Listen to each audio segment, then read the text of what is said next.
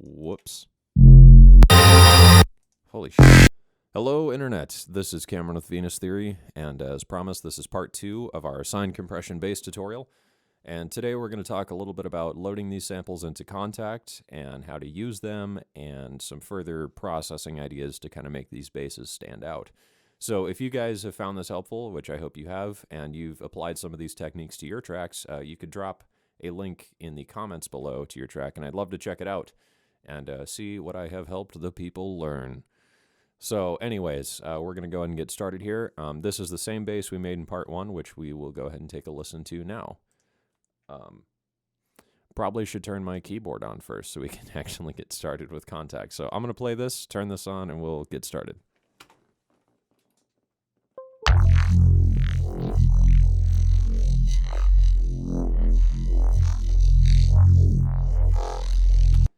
So that is our bass, and we made that from some sine waves. Basically sine waves. So what we're going to do is load up Kontakt 5 here. I actually have a custom instrument I built for this purpose, which if you guys, I guess if you want a copy of it, let me know and I can upload it to our website and you guys can download it for free. So how we're going to get started here is we need to tell Kontakt this is the sample we want to use. So what we will need to do now is export this to our desktop. So we're going to go ahead, or, desktop or wherever you want to put it. So we're going to go to Export Audio Mixdown. Bass 4 is the one we're using, so we're going to select Bass 4 here. And this is F1, as we've named it. So we're going to do Bass F1 YouTube. My typing skills are off because I kind of just woke up. Okay. Export, and this will take like a second, might take longer for you, I don't know. And now we begin the games of Kontakt. So it'll load up in library view here. You can go to files, and then we're going to find where we put it. So desktop and bass F1 YouTube. Cool.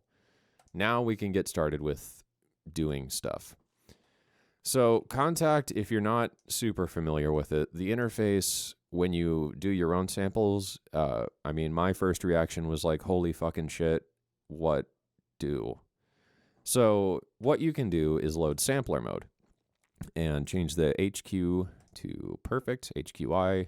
Sampler, what this does is instead of playing this sample back and forth at the same rate but changing the pitch, this will actually speed up or slow down the sample, kind of like a turntable. So that's how it achieves pitch, which it's cool because this will create a lot of weird movements without you having to automate 8 million things. So now that we've got our instrument loaded up, we can go to sampler mode. We're going to go to mapping editor, and this is where things get important. So for the range, I just want to use like C0 to C5. And we need to change our root note of the sample, which is, you guys guessed it, F1. So now Kontakt knows this is an F1 sample, and I want to play it from C0 to C5 and some other stuff. You can mess with other settings here, but we don't need to. You can also, well, we'll just play this first. So if I play F1 here, there's really no audible difference between that and what we exported, but I can also play different notes like, what is this, C2?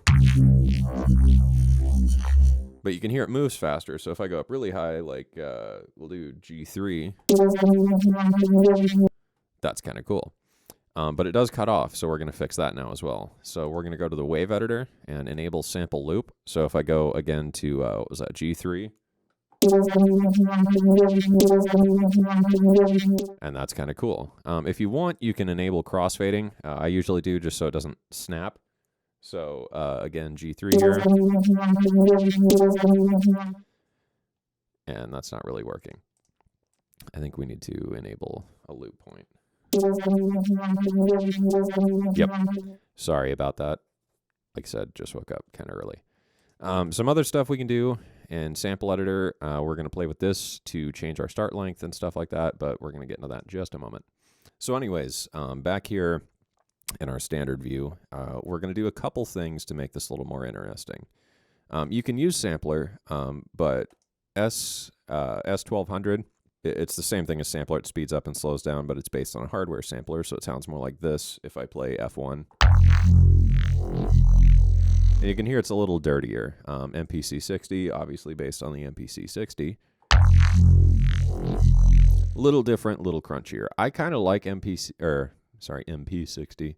I kind of like that one myself, but you know, feel free to play with different versions here. But what we're going to do now is assign a couple things to change the way this bass behaves in Kontakt. So first off, in the modulation section, we're going to turn the release to 0 or just a little bit because I want it to cut off right as I'm done to make nice tight basses. Next, what we're actually going to do is assign our velocity to the sample start point, which allows us to, if you're not super familiar with MIDI, MIDI has values of 1 to 127. So this gives you a bunch of different points of information you can use to tell Kontakt, start the sample here if I play this hard. And that's a really cool way to kind of make it a multi-sampled instrument without a shit ton of effort. So under the amplifier section here, we can click this mod thing, and under velocity, we can just set this to 0. So velocity now, if I play soft, or if I play really hard, does not affect it. So that's good. Now, we only want one sound at a time. So we can go to Script Editor, and under Presets, we'll go to Factory, and Performance, Unisono, Portamento. We're going to turn Mono Mode on. We're going to turn Portamento on, and change the time to like 40-ish. Usually around there works. And now, it only plays one note at a time, even if I'm holding different ones. I need to change a setting really quick. Sorry about that, because it's not, Kontakt doesn't like multiple MIDI inputs at the same time. So yeah, that's cool. Another thing you can do if you don't really like that attack initially is hit reverse. And you can get some really weird, warpy shit that way. Okay, so now what we're going to do, I had to remember where that was for a second, sorry.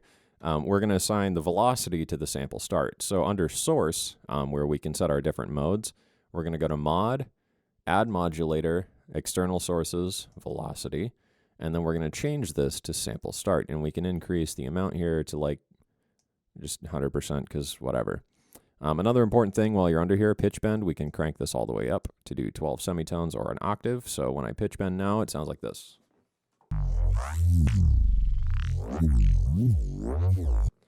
And what's really cool with these sampler modes, if we go to the wave editor here and play this sample, and you'll see as I pitch bend, it'll speed up and slow down the sample.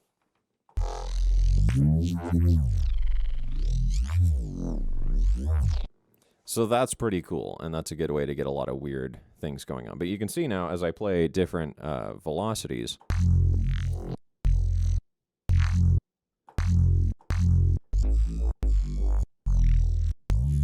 it'll start at different points, which is really, really nice to kind of get some different movements going on. So, some processing ideas. We can close our mods here because we're done with these.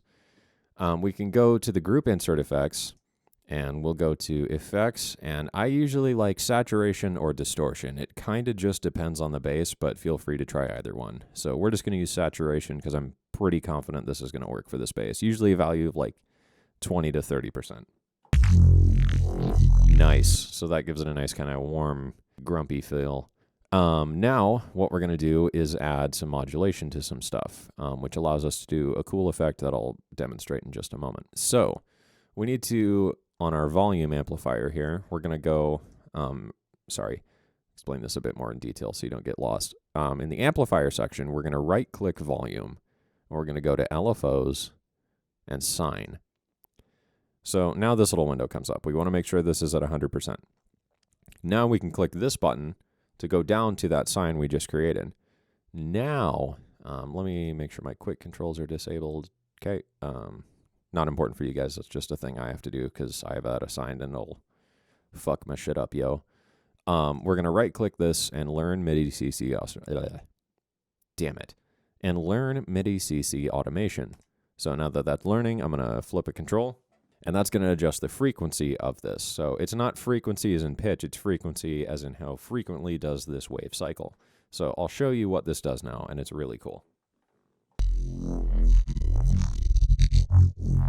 So that's a really, really easy way to get that sound, which like I was chasing that forever in Cubase using the tremolo VST, but the bitch of the tremolo one in Cubase is it doesn't go very fast. So, you know, you can't make it do that necessarily, but with Kontakt you can, and that's cool. So now that we've got all this stuff set up, we're essentially done in Kontakt. There's a couple other things you can do, like maybe on the insert effects, add some different filters or some distortion. I think we'll do a flanger here and just drop the depth a little bit just to make things a little more interesting. That's cool. Now we're basically done with what I would do in Kontakt most of the time. Sometimes I'll go a lot further. Sometimes I just kind of drop the sample and away we go. Now in audio inserts, we're going to use a couple other plugins, namely FabFilter Saturn. We might try Isotope's Trash 2. Both of those are excellent multi-band distortion plugins, and I highly recommend them. They do go on sale a lot too, so always something to look out for.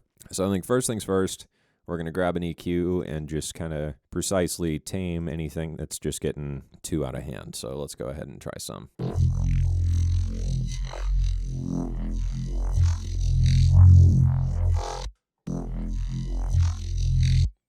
There's a bit of a ringing up here, which we can try and get with a really tight notch.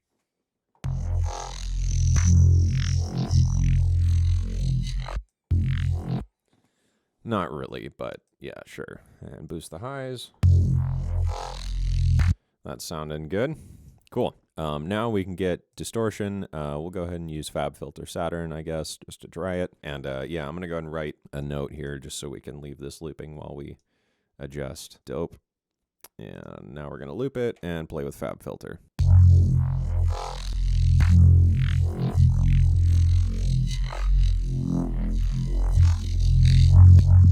All right. So what I typically like to do is solo out these bands and make sure my crossover frequencies are at good points. So the lows I want to leave pretty untouched. Cool. I usually like clean tube and just a little... I'm on the wrong band. God damn it. I usually like clean tube with just a hair drive. And that I find just helps give it some weight. We're going to do our mids now, our low mids. Usually for these, I like smooth amp or warm tube. We'll try both. And you can also EQ these, so I kind of want to enhance the mids. I think that's good. And then our high mids. Usually for the higher end, I kind of like the tube ones and sometimes the tape ones. Gentle saturation is always really good too for the super duper highs. So let's try warm tube here on the high mids. I think that works. And then super duper high stuff.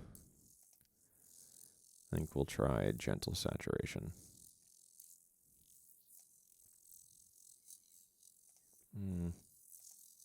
Warm tube seems to work a bit better. Cool. So now this is what this bass sounds like. So it's nice and full and crunchy and kind of weird. So that's cool. I think next we're going to go grab a chorus and throw this before the distortion. And this, be sure to unsync it as well. This usually helps kind of enhance some of the ripping, tearing movements. We're going to set it to sine and bring up the width, get out some of the lows, bring in some more highs. Spatials, probably get around there. And delay, I usually like about 20. Yeah, so let's see what this sounds like now.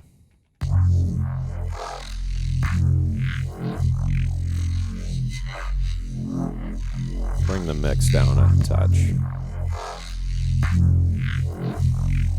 Cool, I think that's pretty good. Dynamics, we'll grab a compressor.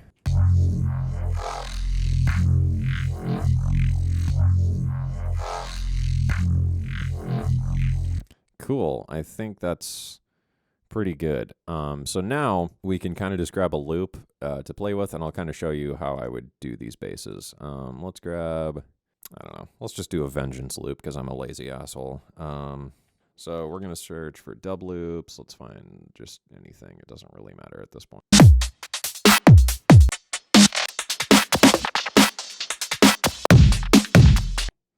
Not really feeling that. Sure, that's That's a good one. And I'm going to take a wild guess and say this is at 140 BPM. Not really, but pretty damn close. So we'll time stretcher. There we go. Okay, so now we can do this, and let's go ahead and set up a sidechain. So I'm just going to use a kick sample. This is the one Vengeance sample that I use so much. It's ridiculous because it is awesome for sidechaining. So we're going to go ahead and quantize, and we're going to set up our sidechain. And what I'm doing right now is I'm duplicating this out and syncing this kick sample to any point where a kick or snare hits. If you have some like really tight kick drum work, you don't need to do it on every one. You just need to do it on beats that you want to be accented. So that's good. We're going to add a group, and we're going to call this sidechain, and we'll drag it out here just so it's a little more obvious. I have a preset for sidechain, but what I did is just load the stock compressor, enable sidechaining here, set it to like -16 ratio of 5, attack 3, release, or hold 1, release 100, and analysis is 80% RMS and 0 makeup. Now we can go ahead and get our mixer up and throw Kontakt through this sidechain, and now we can kind of just start playing. So I'm going to turn down this drum loop because I know it's going to be really loud. Sorry, I'm an idiot and forgot to put the kick through the sidechain. So how I do that is once my sidechain's loaded in the routing, I can set the output of this into sidechains SC insert 1 compressor. So yeah, and now we shouldn't hear that. Beautiful. Okay, so we're just going to write a quick bass loop of some kind.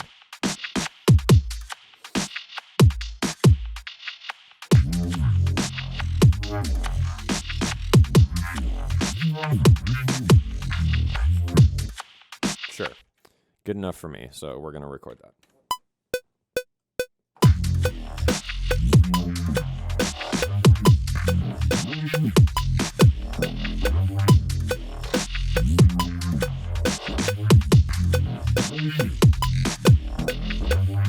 Cool. So now some stuff we can do is I think we're going to go ahead and distort this a little further. We'll go and use trash 2, throw the compressor afterwards, and we're going to set up, we'll do multi-band mode and then something like that, and remove this band because we only really need 2 for this. Let's play with some distortions and see what sounds good.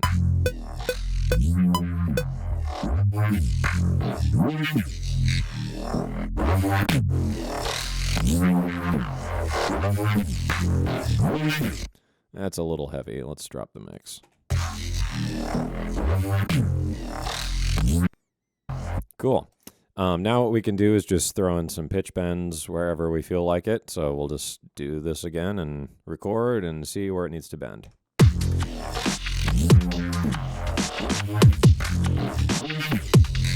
Okay.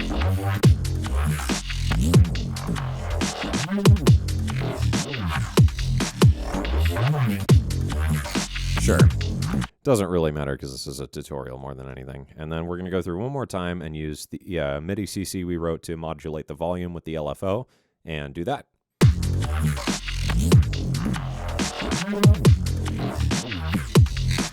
Here we go.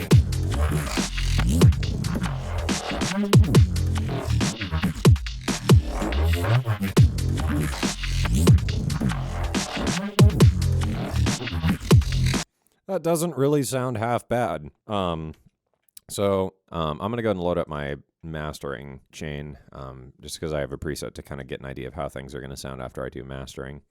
And yeah, we can kind of play with this. So I think we did this. Let me glue all these clips together. What key do we do this in? F. So I guess we can just look for a nice little loop in F minor.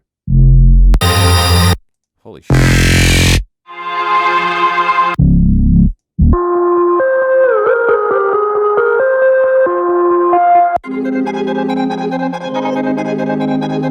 Sure, something like that. I don't know, I'm feeling melodic-y. So we can do time stretch here, stretch this out to 4 bars, and let's see how this sounds.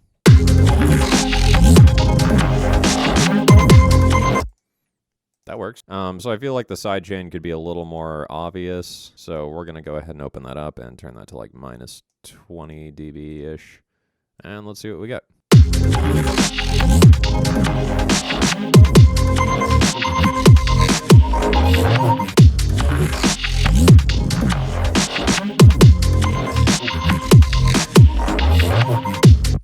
So yeah, that's basically how I would make a sine compression bass, and just a quick example of it in a mix. It's not really mixed well. I didn't really do as much processing as I normally would, and I don't care.